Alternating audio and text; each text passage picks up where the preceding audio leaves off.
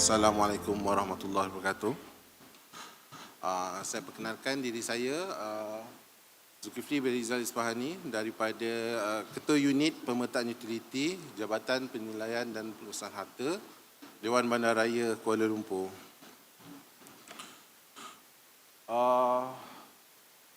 So hari ini saya akan bercerita berkenaan dengan what lies beneath Kuala Lumpur. So apa yang ada di bawah Kuala Lumpur? So kita pergi pada introduction. Kuala Lumpur adalah bandaraya yang terbesar di Malaysia, di mana bandaraya adalah salah satu bandaraya yang orang kata bandaraya yang bertaraf dunia, boleh dikatakan bandar maju. So keluasan Kuala Lumpur adalah 243 km persegi, di mana populasi di Kuala Lumpur adalah seramai 2 juta orang pada tahun 2022, dan populasi ini akan meningkat sewaktu peak hours ataupun working hours sebanyak 2 ke 4 kali ganda, disebabkan kebanyakan pekerja di KL adalah duduk di luar daripada Kuala Lumpur. Okey, pada awal Februari yang lepas, Kuala Lumpur telah diiktiraf sebagai 10 pusat pelancongan yang tersohor di dunia, di mana kita berada di belakang Tokyo, Seoul, Thailand dan Vietnam. Okey, di Kuala Lumpur juga 5 daripada 10 menara yang tertinggi di Asia Tenggara terletak di Kuala Lumpur. Ini menyebabkan kapasiti orang yang datang ke Kuala Lumpur adalah semakin padat dan ramai. So, saya tunjukkan sejarah apa yang ada di bawah Kuala Lumpur, di mana kita bermula pada tahun 1995, underground di bawah Dataran Merdeka. Diikuti pada tahun 98 kita ada KLCC, di mana di bawah KLCC itu terdapat walkway daripada KLCC ke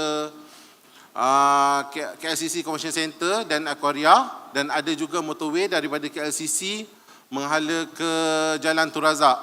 Semuanya dalam keadaan dalam tunnel lah. Kemudian pada tahun 98 juga kita ada LRT Line Kelana Jaya, di mana 5 stesen daripada Pasar Seni ke Ampang Park adalah underground station. Pada tahun 2007 pula, Smart Tunnel telah siap dibina, di mana 4 km adalah motorway dan 9.7 km adalah lencongan air daripada Tasik Kampung Berembang sehingga ke Tasik Taman Desa yang berada di Salak South. Dan pada tahun 2017 kita ada MRT Kajang Line, di mana 5 stesen museum, daripada Museum Negara ke Maluri Underground Station adalah di dalam tanah. Okey, yang ini adalah latest underground structure yang ada di Kuala Lumpur, di mana Tun Razak Exchange ni, Tun Razak City, dan alhamdulillah semalam saya dapat melawat TRX City ni, di mana memang kita rasa macam datang ke satu negara lain. Sebabnya TRX City ni dia punya pembangunan dia bertingkat-tingkat,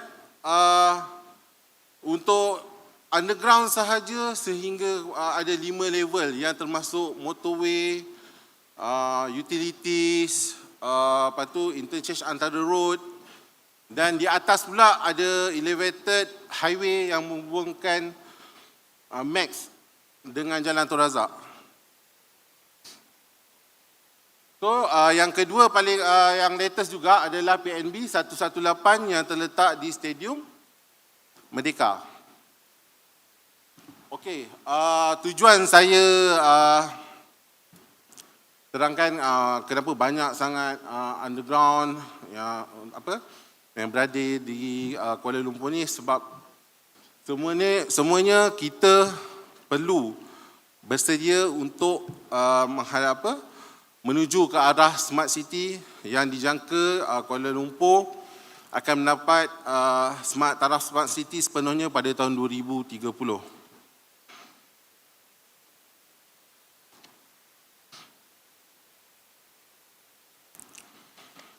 Okey,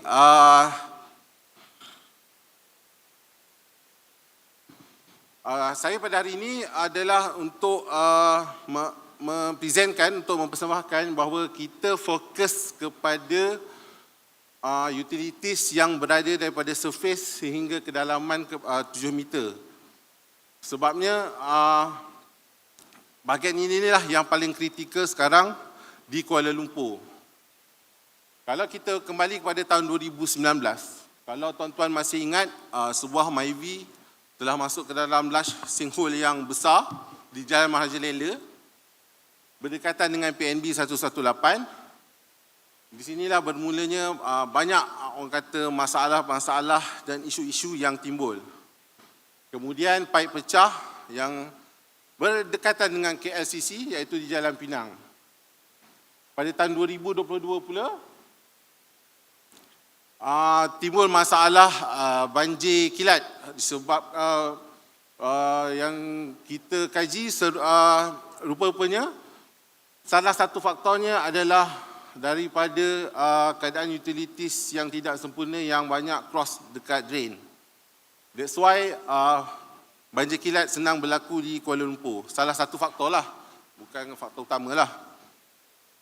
Okey, ini adalah challenge ataupun cabaran yang kita banyak hadapi pada hari ini untuk kita atasi, di mana kebanyakan macam tuan-tuan pun maklum, dekat KL ni tiap-tiap hari ada aduan pasal pothole, jalan rosak, banjir kilat kalau masa musim hujan, dan banyak yang macam benda-benda yang berlaku secara tiba-tiba disebabkan oleh jalan berlubang tadi. Dan pada masa kini juga untuk projek-projek di BKL, untuk projek-projek pengalihan utility, kos projek pengalihan adalah termasuk di dalam kos projek, bukannya kos yang berasingan. That's why apa-apa projek memerlukan dimasukkan kos pengalihan utility. Di BKL kita memerlukan data-data ini dengan segera untuk sesuatu pembangunan. Jika kelewatan berlaku, maka projek akan lambat bermula. So, dengan ini kita memerlukan satu underground utility mapping data center untuk solve semua problem-problem yang telah saya nyatakan tadi. Okey, dengan ini kita telah DBKL adalah menyediakan satu inisiatif untuk membuat satu sistem Kuala Lumpur Underground Utility Data Center. Tapi untuk sistem ni adalah sistem dalaman saja yang tidak boleh diakses oleh pihak luar lah. Sebab kita banyak jabatan di dalam DBKL yang memerlukan penggunaan data-data ini. Okey, kita ada 4 modul yang saya akan tunjukkan hari ini adalah web application. Okey, untuk web application ni kita ada 4 fungsi, iaitu untuk display table information, export table information, untuk measure distance. Ini adalah semua untuk penggunaan end user jabatan-jabatan lain lah. Kita boleh change view map untuk keperluan jabatan, dan yang terakhir yang terpenting adalah integration antara sistem.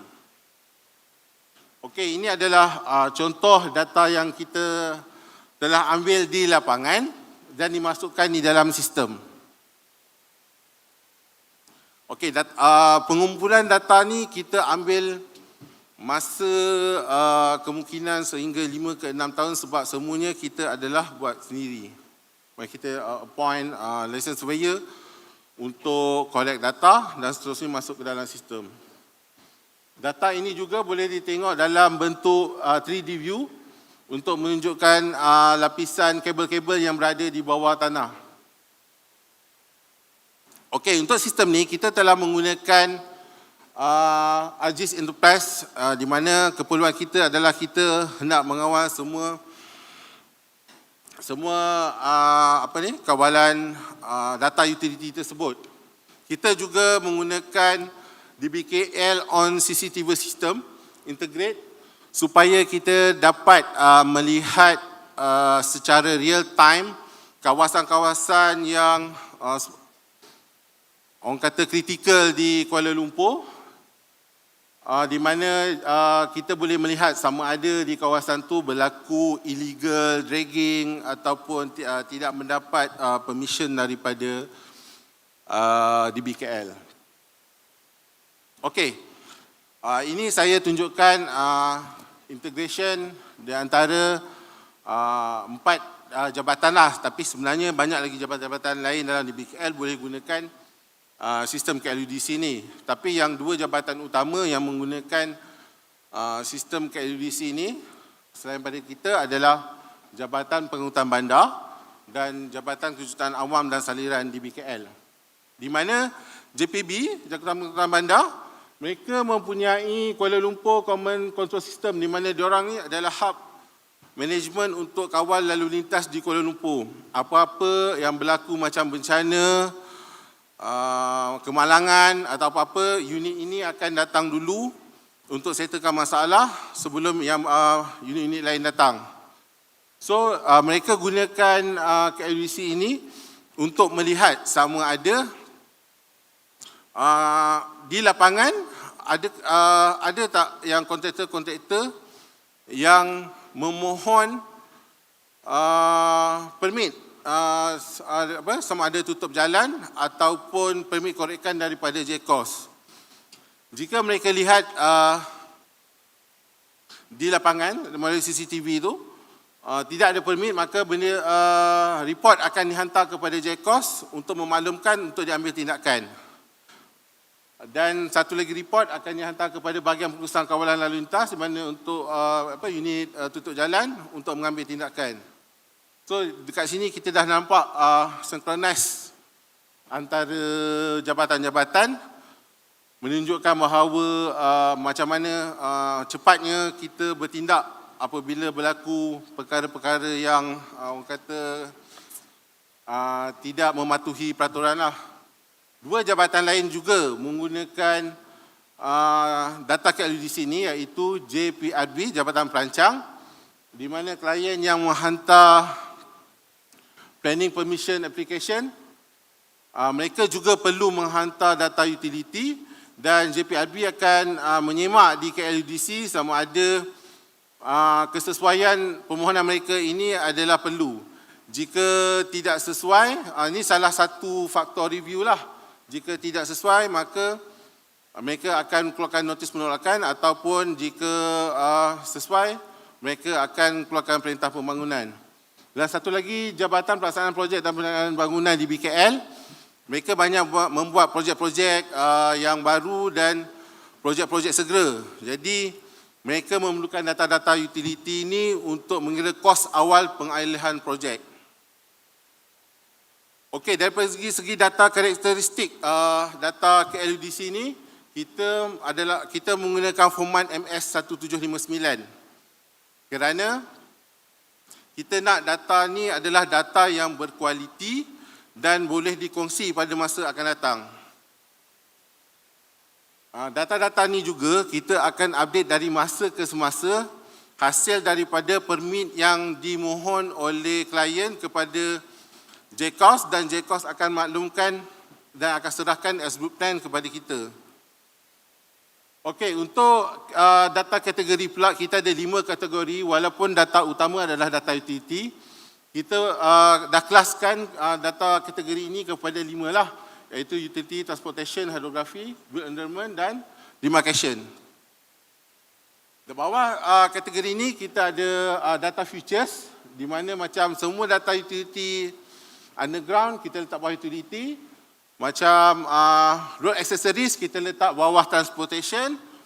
Berkaitan dengan drain, monsoon drain, longkang kita akan letak bawah hydrography. Dan begitu juga macam demarcation kita ada state border, parlimen, road reserve dan land parcel. Untuk data, kualiti data pula, kita menggunakan level B. Untuk underground utility ni, dalam perkeliling JUPEM, kita ada 4 jenis level, iaitu A, B, C, D, di mana data B dan A itu adalah data terbaik lah. Kalau macam data A tu, kita terus ukur di atas utility tersebut. Tapi data, kalau untuk level B ni, kita akan menggunakan 2 alat lah untuk buat pengesanan, sebabnya utility dah ada dekat dalam tanah, so kita tak boleh nak buat terus pengukuran. So yang C dan D ni lebih kepada data sketch lah.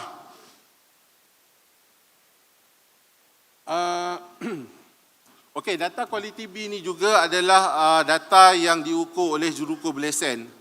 So di sini kita dah nampak data-data ini adalah berkualiti dan boleh digunakan pada masa akan datang, di mana kita mementingkan pada masa akan datang supaya ada perkongsian data ataupun kerjasama daripada mana-mana agensi untuk kita mengatasi masalah-masalah semasa. Macam kita lihat sekarang, boleh dikatakan perkongsian data di antara agensi-agensi itu kebanyakannya gagal, disebabkan data-data yang kita tanya dan perolehi, mereka kata kebanyakan data mereka adalah C dan D. So C dan D ni adalah, macam D tu just sketch saja, C tu dia ada reference tapi masih tak ada koordinat. So kita tak boleh nak mergekan data tu sebab data yang kurang tepat, C dan D. So at least kita nak kena ada data level B, sebab data-data ni kita tak nak guna pada masa sekarang saja, kita kalau boleh nak guna 10 ke 20 tahun akan datang.